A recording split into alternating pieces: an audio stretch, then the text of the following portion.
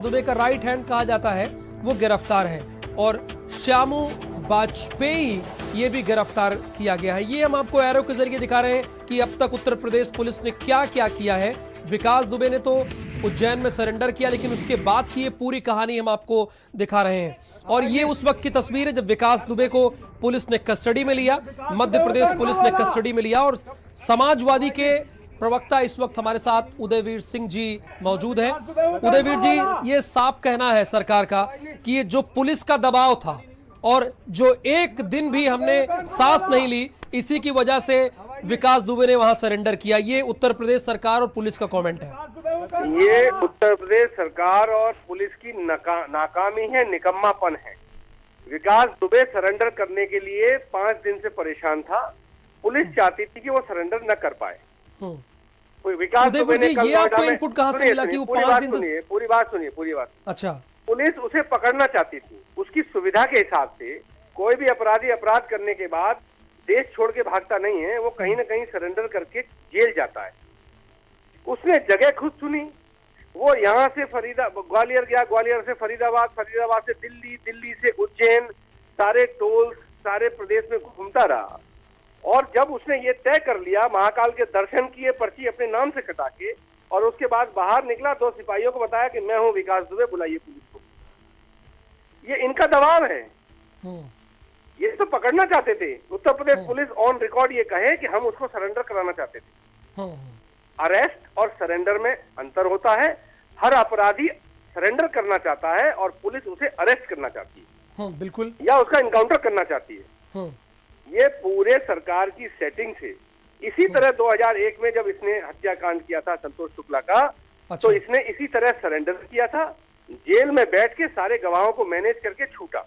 तो समाजवादी पार्टी की क्या राय है इस पर? मेरी राय ये है कि मैं समाजवादी पार्टी की बात कर रहा हूँ सर।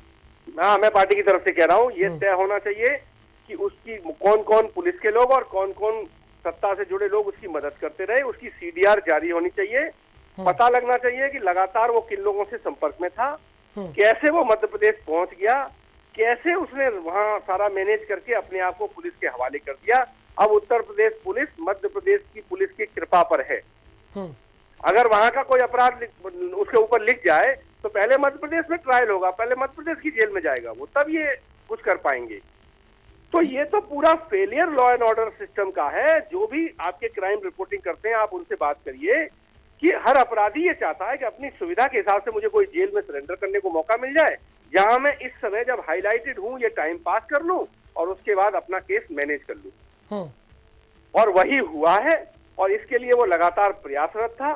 उत्तर प्रदेश की 50 टीम, पूरा फोर्स सब लगा हुआ था, लेकिन सबको धक्का बता दिया क्योंकि उसके मददगार बड़े अधिकारी जिन पर कोई कार्रवाई नहीं पड़ी, आप बहुत गंभीर बात कर रहे हैं कि में है, सरकार में उसके लोग हैं, इसलिए बीजेपी शासित राज्य में जाकर उसने सरेंडर किया। चलिए, बहुत शुक्रिया इस पूरी जानकारी के लिए। हमारे साथ उदयवीर समाजवादी के पार्टी के प्रवक्ता थे, उनका ये कहना था। नवीन श्रीवास्तव जी भी इस वक्त हमारे साथ जुड़ गए हैं। ये प्रवक्ता हैं भारतीय जनता पार्टी के। नवीन श्रीवास्तव जी, देखिए अभी विपक्ष के नेता भी जुड़ के गए, समाजवादी पार्टी के प्रवक्ता। उन्होंने कहा मैं समाजवादी की तरफ से ही बोल रहा हूं कि जिसके भी संपर्क में विकास दुबे रहा है, मुझे उसकी CBR चाहिए। और वो तो कह रहे हैं नाकामी, लेकिन इधर प्रशासन और सरकार कह रही है कि ये दबाव था हमारा जिसकी वजह से वो सरेंडर किया। आप क्या कहेंगे पार्टी की तरफ से? नहीं, उदयवीर जी और उनके नेताओं को CDR की बहुत चिंता है, लेकिन जो समाजवादी पार्टी की सदस्यता के उसके पत्नी के प्रमाण हैं, जो रसीद हैं, उस पर वो लोग नहीं कुछ बोलने को तैयार हैं। यह बताने को तैयार नहीं है कि 2002 से 2017 तक उसके ऊपर उनकी सरकार थी, चाहे उनकी बुआ जी की सरकार थी, कितने बार छापे पड़े, कितने बार गिरफ्तारी हुई या कोई मुकदमा लिखा गया। यह बताने को तैयार नहीं है कि भाजपा की सरकारों में ही क्यों गिरफ्तारी हुई। यह बताने को तैयार नहीं है कि अगर भाजपा के लोगों का संरक्षण था तो उस दिन रात को 35 पुलिस वाले, जिसमें 8 लोग दुर्भाग्य से शहीद हुए, वो वहां क्या करने गए थे, ये नहीं बताएंगे। देखिए, उत्तर प्रदेश की पुलिस ने लगातार इस घटना के बाद जिस प्रकार से उसके लोगों को पकड़ा, उसके लोग मुठभेड़ में मारे गए, कहीं न कहीं उसका दबाव था, जिसके लिए वो आज जिस प्रकार से जितना अभी तक चीजें सामने आई है मीडिया के माध्यम से, उसने उज्जैन मंदिर में जाके एक तरह से सरेंडर बोला, वहां बोला कि मैं ये हूँ, मुझको गिरफ्तार किया जाए। ये कहीं न कहीं उत्तर प्रदेश पुलिस का दबाव और जिस प्रकार से उसके सहयोगी लगातार मारे जा रहे थे, गिरफ्तार किए जा रहे थे, यह उसकी ही देन है। यानी जो आपने चौतरफा दबाव बनाया, चाहे लखनऊ से लेकर कानपुर से लेकर जो दबाव बनाया आपने, ये उसी दबाव का असर है कि उसे महाकाल के दरबार में चिल्लाना पड़ा कि मैं विकास दुबे कानपुर वाला। जी बहुत शुक्रिया नवीन जी इस पूरी जानकारी के लिए।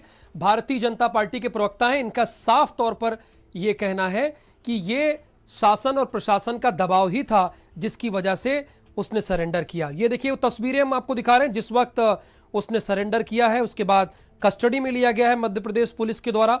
और सूत्रों के हवाले से ये भी जानकारी ये हमने दिया है, आपको बताया है कि एक बड़ी मीटिंग हुई है रात में पुलिस अधीक्षक और जिलाधिकारी की, उन्हें किसी के साथ हुई है। और समाजवादी पार्टी के प्रवक्ता उदय